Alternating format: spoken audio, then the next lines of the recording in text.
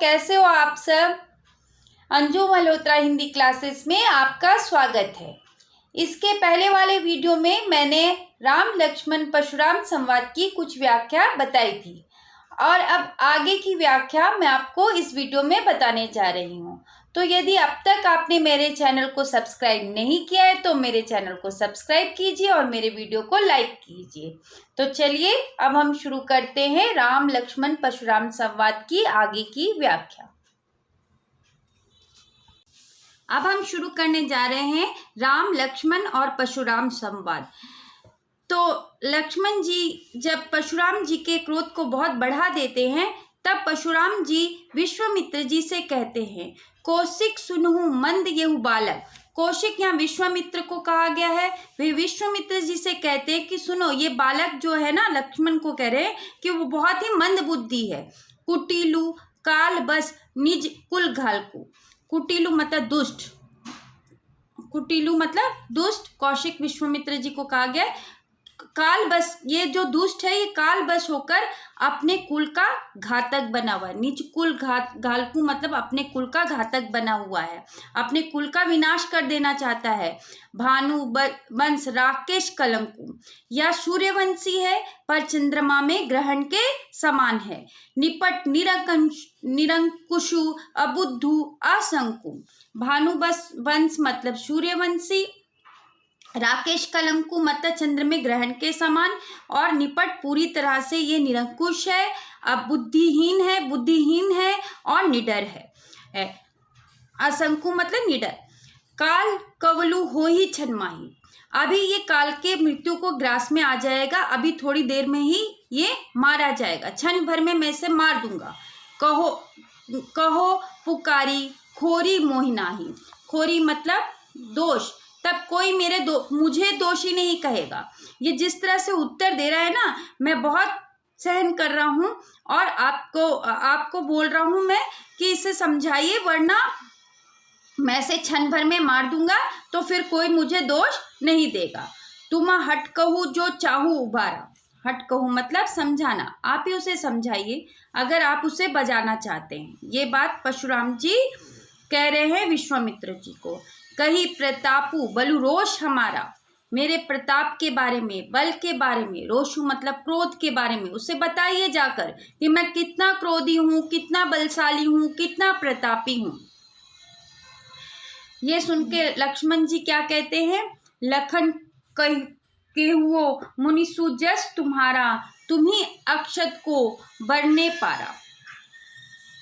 लक्ष्मण जी कहते हैं, कहिए मुनि, कौन आपका सुजस कह सकता है, कौन आपके सुयश के बारे में, सुजसु मतलब सुयश, ठीक है, कौन आपके सुयश के बारे में बता सकता है। तुम ही अक्षत को बढ़ने पारा, तुम ही अपने अच्छे से, आप ही अपने सुयश के बारे में अच्छे से वर्णन करके सुना सकते हैं। ये व्यंग कस रहे हैं लक्ष्मण जी, कह रहे हैं कि आप ही अपना अच्छे से वर्णन करके सुनाइए अपने सुयश के बारे में, आप अपने से ज्यादा अच्छा वर्णन करके सुना सकते हैं। अपने मुँह तुम ही अपनी करनी, बार बार अनेक भांति बहुबरनी। अपने मुंह तुम्ही अपनी करनी, अपने मुंह से आपने अपनी करनी अनेक बार बताया है, अनेक बार वर्णन किया। बहुभांति बरनी मतलब बहुत बार आपने अपने मुंह से अपने बारे में, अपने सुयश के बारे में वर्णन कर दिया है।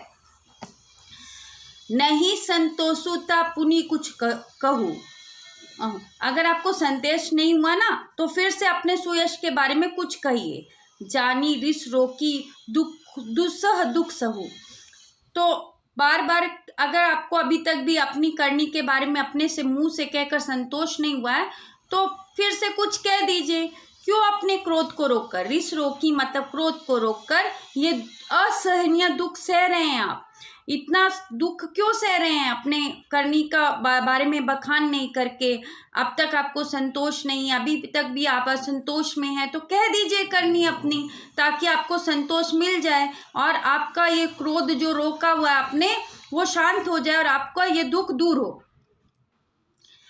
वीर व्रती तुम चीर अछोबा, गारी देत न पाहु शोभा। वीर व्रती मतलब आप बहुत वीर हैं, धीर हैं, धैर्यवान हैं। अछोबा मतलब क्षमा करने वाले हैं। ये व्यंग कस रहे हैं लक्ष्मण जी। परशुराम जी को कहते हैं, हम जान गए हैं कि आप बहुत वीरव्रती हैं। वीरव्रती मतलब बहुत वीर है, बहुत धैर्यवान हैं, क्षमा करने वाले हैं।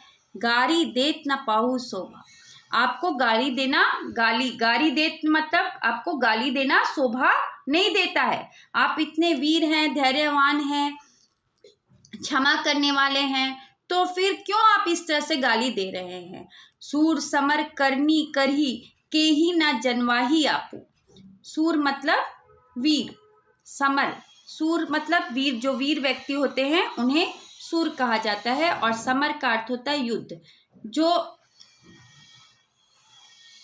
जो वीर व्यक्ति होते हैं वे अपनी करनी करही कहीं ना जानवी आपू।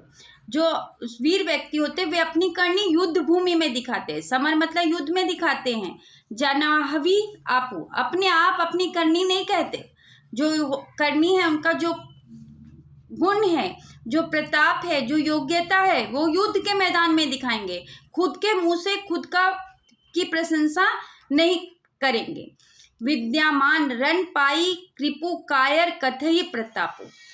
यदि कोई जो वीर है ना, वो विद्यामान रन पाई रिपु कायर कथई प्रतापु, जो वीर होता है वो युद्ध में शत्रु को पाकर यदि युद्ध करता है, वो अपने प्रताप की कहानियां नहीं कहता है। अपने वीरता की कहानी वही कहता है जो कायर होता है। इसीलिए कह रहे हैं वो कि विद्यामान, यदि युद्ध में मौजूद है शत्रु, रिपु मतलब शत्रु, तो प्रतापु मतलब वीरता की बात। तो कवि वो कहते हैं, परशुराम, ये लक्ष्मण जी परशुराम जी से कहते हैं कि यदि युद्ध के मैदान में शत्रु मौजूद है तो उससे युद्ध कीजिए। आप अपनी वीरता की कहानी क्यों कह रहे हैं। तो वीरता की कहानी वही युद्ध के मैदान में अपने मुंह से अपनी वीरता की कहानी वही कहता है जो कायर होता है। उसके बाद लक्ष्मण जी कहते हैं, तुम तो कालू हाक जनु लावा, बार बार मोही लगी बुलावा। लक्ष्मण जी परशुराम जी से कहते हैं, आप तो लगता है मेरे लिए काल को बुला कर ला रहे हैं। हाक जनु लावा, हाक जनु लावा मीन्स बार बार काल को मेरे लिए बुला रहे, बार बार मोही लगी बुलावा, बार बार मेरे लिए काल को बुला रहे हैं। सुनत लखन के कठर वचन कठोरा, परसु सुधरी धेरेउ कर घोरा। लक्ष्मण जी के कठोर वचन सुनकर, परसु मतलब फरसा, घेरो कर घोरा मतलब घुमाकर पकड़ा। लक्ष्मण जी के कठोर वचन सुनकर परशुराम जी ने अपने फरसे को घुमाकर पकड़ लिया, उनका वध करने के लिए। लक्ष्मण जी का वध करने के लिए अपना फरसा कसकर घुमाकर पकड़ लिया। अब जानी देव दोष मोहि लागू, कटुबादी बालक बद जोगू। बोला अब जानी, अब कोई मुझे दोष नहीं देगा यदि ये कटु वचन बोलने वाला बालक मर जाए। बधु जोगु मतलब अभी इसके वध के योग्य है। ये बधु जोगु मतलब अभी ये वध करने लायक हो चुका है। अगर ये मैं मारूं इसे तो कोई मुझे दोष नहीं देगा। बाल बिलोकी बहुत मैं बाचा, बिलोकी मतलब देखकर, बिलोकी मीन्स देखकर, बहुत मैं बाचा मतलब बहुत मैंने माफ किया। बाचा मीन्स माफ करना, बालक समझकर मैंने इसे बहुत माफ कर दिया। अब ये मर निहार भा साचा, अब लगता है ये मरकर ही रहेगा, यही सच्चाई है। साचा मतलब अब यही सच्चाई है कि ये मरकर ही शांत होगा। मैंने बालक समझकर इसे अब तक माफ करता रहा, लेकिन इसके कठोर वचन बंद ही नहीं हो रहे हैं। ये कठोर वचन बोलता ही जा रहा है, तो अब इसका वध करना निश्चित है। ये सत्य है कि अब ये मरकर ही रहेगा। तब ये सुनकर विश्वामित्र जी कह रहे, कौशिक कह क्षमीय अपराधु। कौशिक मतलब मैंने बताया था विश्वामित्र, क्षमीय अपराधु मतलब अपराध क्षमा कर दीजिए। विश्वामित्र जी कहते हैं कि आप इस बालक का अपराध क्षमा कर दीजिए। बाल दुष्गुण गण ही न साधु, जो साधु होते हैं ना वो बालकों का दोष नहीं गिनते हैं। मतलब बालक बच्चे जो होते हैं वो दोष करते हैं, तो जो बड़े होते हैं वे उनके दोष को नहीं देखते हैं। खर कुठार में अकर्णु को ही, आगे अपराधी गुरुद्रोही। अब परशुराम जी कह रहे हैं कि मैं कैसे क्षमा कर दूं इसे। खरकुठार मतलब मेरा जो ये फरसा, कुठार मतलब फरसा, मेरा ये फरसा जो है वो बहुत ही कठोर है, बहुत ही दुष्ट है, मतलब ये पापियों को नहीं छोड़ता है। और मैं खुद अकरुण मतलब दया रहित हूँ, कोही मतलब क्रोधी हूँ। अब मेरा ये कुठार भी बहुत दुष्ट है और मैं भी बहुत क्रोधी हूँ और दया रहित हूँ। आगे अपराधी गुरुद्रोही मतलब मेरे गुरु का द्रोही, जो मेरे गुरु का लिए जिसने गलत किया वो वो अपराधी, मेरे गुरु का द्रोही मेरे सामने खड़ा है, तो मैं कैसे छोड़ दूं। उत्तर देत छोड़ो बिनु मारे, केवल कौशल सील तुम्हारे। उत्तर देत छोड़ो बिनु मारे, मैं अभी इसे उत्तर दे सकता हूँ, पर मैं इसे बिना मारे छोड़ दे रहा हूँ। केवल कौशिक मतलब विश्वामित्र, केवल तुम्हारे सील स्वभाव के कारण मैंने अब तक इसे नहीं मारा, नहीं तो मैं अभी इसे मारकर इसका उत्तर दे सकता हूँ। ना ये ही कटी कुठार कठोरे, गुरही उरिन होतो श्रम थोड़े।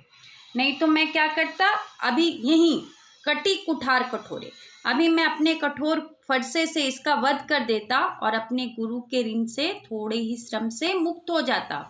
उरिन मतलब ऋण, श्रम थोड़े मतलब अभी मैं थोड़े ही श्रम से अपने गुरु के इस ऋण से मुक्त हो जाता, अभी मैं इसे मार देता इस फरसे के साथ, और अपने गुरु का जो मेरे गुरु का ऋण मेरे सिर पर चढ़ गया है उससे मैं मुक्त हो जाता। गधी सूदन के हृदय हसी मुनि हरियारे सूझ।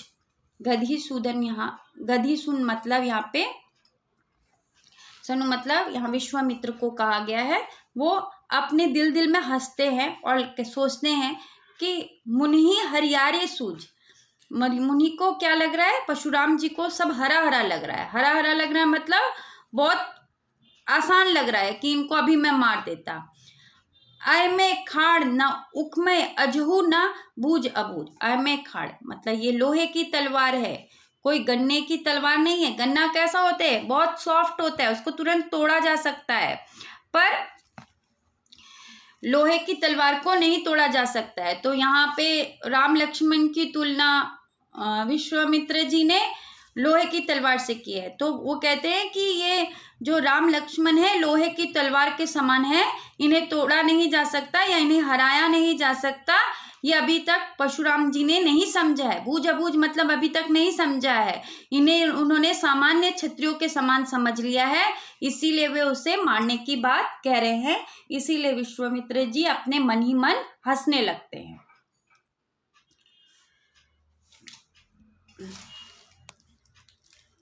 कहु मुनि लखन मुनि सील तुम्हारा, को नहीं जान विदित संसारा। फिर अब लक्ष्मण जी कह रहे हैं, कहु लखन मुनि सील तुम्हारा। आप फिर उनको व्यंग कर रहे हैं परशुराम जी को कि तुम्हारे सील स्वभाव के बारे में, आपके ये शांत स्वभाव के बारे में कौन नहीं जानता, सारा संसार जानता है। विदित संसारा, सारा संसार जाता है। मात पिते ही उरिन भय नीके, आप तो माता पिता के ऋण से मुक्त हो चुके हैं। उरिन भय नीके मतलब ऋण मुक्त हो चुके हैं, माता पिता के ऋण से मुक्त हो चुके हैं। गुरु ऋण रह सोचू बड़जी के, और गुरु का ऋण के बारे में सोच कर आपके दिल में बोझ बढ़ रहा है। सो जानू हमरे ही माथ कड़ा। अब उस ऋण को आपने क्या कर दिया है, मेरे सिर पर मढ़ दिया है, अर्थात उसका दोष आपने किस पे लगा दिया है, गुरु ऋण का दोष मेरे सिर पर लगा दिया है। दिन चली गए ब्याज बढ़ बाड़ा, और जैसे जैसे ये ऋण बढ़ता जाएगा आपका ब्याज भी बढ़ता जाएगा, अर्थात आपका गुरु का ऋण बढ़ता जाएगा। आप अन्य ब्याही बोला, तुरंत देव में थैली खोली। अभी बताइए आपका कितना ब्याज हुआ, कितना कुछ हुआ, मैं तुरंत अपनी थैली खोलकर आपको इस ऋण से मुक्त करता हूँ। सुनी कटु वचन कुठार सुधारा, हाय हाय सब सभा पुकारा। उसके कठोर वचन सुनकर, लक्ष्मण जी के कठोर वचन सुनकर परशुराम जी ने अपना फरसा पकड़ा, उसे मारने के लिए पकड़ा। तभी सभा में सभी क्या करने लगे, हाय हाय करके पुकारने लगे। सभी को लगा कि लक्ष्मण जी अब मारे जाएंगे। भृगुबर परसु देखबाहु मोही, विप्र बिचारी बचो नृपदोही। भृगुबर मतलब परशुराम जी को कह रहे लक्ष्मण जी कि बार बार मुझे ये क्या आप फरसा दिखाते हैं, परसु देखाबहु मोही, बार बार मुझे फरसा क्यों दिखा रहे हैं। विप्र विचारी बचो नृपदोही, विप्र मतलब ब्राह्मण, आपको ब्राह्मण समझा मैंने, इसलिए आप अभी तक राजा के क्रोध से बचे हुए हैं, राजा के राजद्रोह से बचे हुए हैं कि नृपद्रोही मतलब राजा के द्रोही, राजा के राजद्रोह से आप बचे हुए हैं क्योंकि आप ब्राह्मण हैं। मिले न कबू सुभट रन गाड़े, द्विज देवता घर ही के बाड़े। सुभट मतलब अच्छा योद्धा। लक्ष्मण जी कहते हैं कि लगता है आप अभी तक किसी अच्छे योद्धा से नहीं मिले हैं।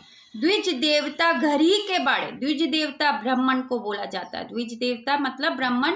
ये ब्राह्मण जी आप लगता है अपने घर के प्रतापी, अपने घर में ही वीरता, आपने घर में ही अब तक अपनी वीरता दिखाई है, अब तक आप युद्ध में किसी अच्छे योद्धा से नहीं मिले हैं, इसलिए बार बार इस तरह से आप बातें कर रहे हैं, अपनी वीरता की कहानी कह रहे हैं। अनुचित कही सबु लोग पुकारा, रघुपति स्यानी लखनऊ नेवारे। सभी लोग वहां पे जितने लोग बैठे थे सब कहने लगे यह अनुचित है, लक्ष्मण जी को ऐसा नहीं बोलना चाहिए। रघुपति जो श्री रामचंद्र जी हैं वो बहुत ही समझदार हैं, स्याने ही वो लखनऊ नेवारे, स्यानी लखनऊ मतलब आंखों के किनारे से, आंखों के से वो क्या करते हैं, किनारे से लक्ष्मण जी को देखते हैं, अर्थात इशारा करते हैं लक्ष्मण जी को कि उन्हें ऐसा नहीं कहना चाहिए। लखन उत्तर आहुति सरिस, भृग बर कोपु कृषाणु। लखन के उत्तर क्या करे थे, आहुति के जैसा, जैसे आहुति क्या होती है, बहुत तेज होती है ना, वैसे आहुति जब हम देते हैं तो आग क्या होता है, बढ़ता है, वैसे ही लखन के उत्तर परशुराम जी का क्रोध को भृग बरकोपु कृषाणु मतलब परशुराम जी के क्रोध को, कृषाणु मतलब आग की तरह बढ़ा रहा था। उनका उत्तर आहुति का काम कर रहा था उनके क्रोध अग्नि को बढ़ाने में। बढ़त देखी जल सम बचन बोले रघुकुल भानु। जब उन्होंने, राम जी ने देखा कि उनका क्रोध बहुत बढ़ रहा है तो उन्होंने परशुराम जी को शांत करने के लिए, जैसे अग्नि को शांत करने के लिए क्या यूज किया जाता है, जल ना, वैसे ही राम जी ने मधुर वचन बोले। रघुकुल भानु मतलब श्री रामचंद्र जी ने परशुराम जी के क्रोध को शांत करने के लिए मधुर वचन बोले। आशा करती हूँ बच्चों आपको ये समझ आ गया होगा। तो अगला वीडियो में राम लक्ष्मण परशुराम संवाद के प्रश्न उत्तर का बनाऊंगी। आप लोग मेरे वीडियो को लाइक कीजिएगा और मेरे चैनल को सब्सक्राइब कीजिएगा। Tata, bye bye.